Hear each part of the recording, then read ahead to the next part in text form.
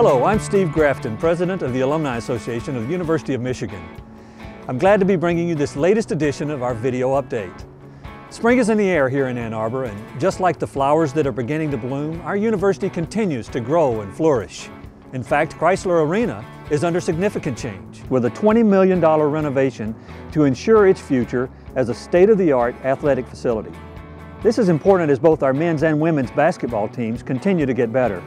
We were especially proud that the men made it back to the NCAA tournament this year. July 1 will bring in a different kind of change at the university when all university grounds will be completely smoke-free.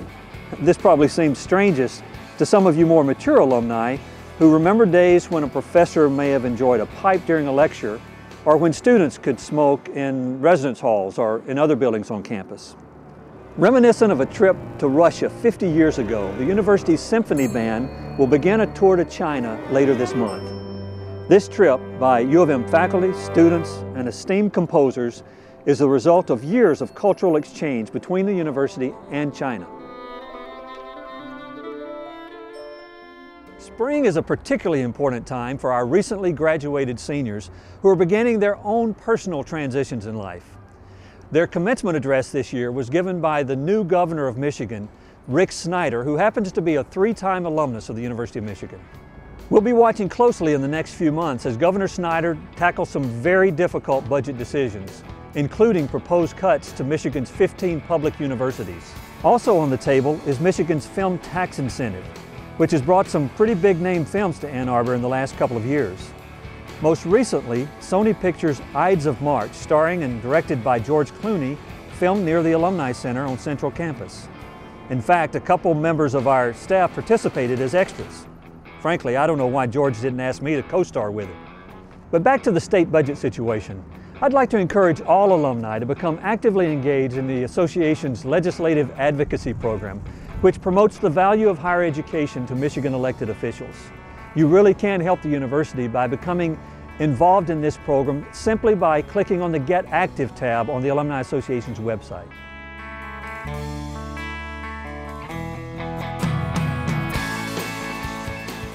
Perhaps most affected by the current state of our economy are those recent graduates that I talked about earlier who are entering the job market for the first time. However, our university is really committed to helping them with their professional success, and that's why there are things like the Center for Entrepreneurship here at the university. You know, the Alumni Association is also interested in helping you with things like InCircle, the exclusive online community and job board for UM alumni and students. Or you can browse the Alumni Association's career development page, where you can learn about things like our nationwide career events.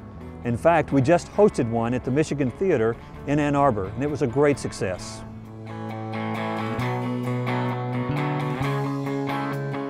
Whatever changes you may be experiencing in your own life, I encourage you to stay connected to the alumni family and to look to us as your connection to the University of Michigan. And now, on behalf of the university and the Alumni Association, I'd like to thank you for being a part of the alumni family. Yours from Michigan, I'm Steve Grafton.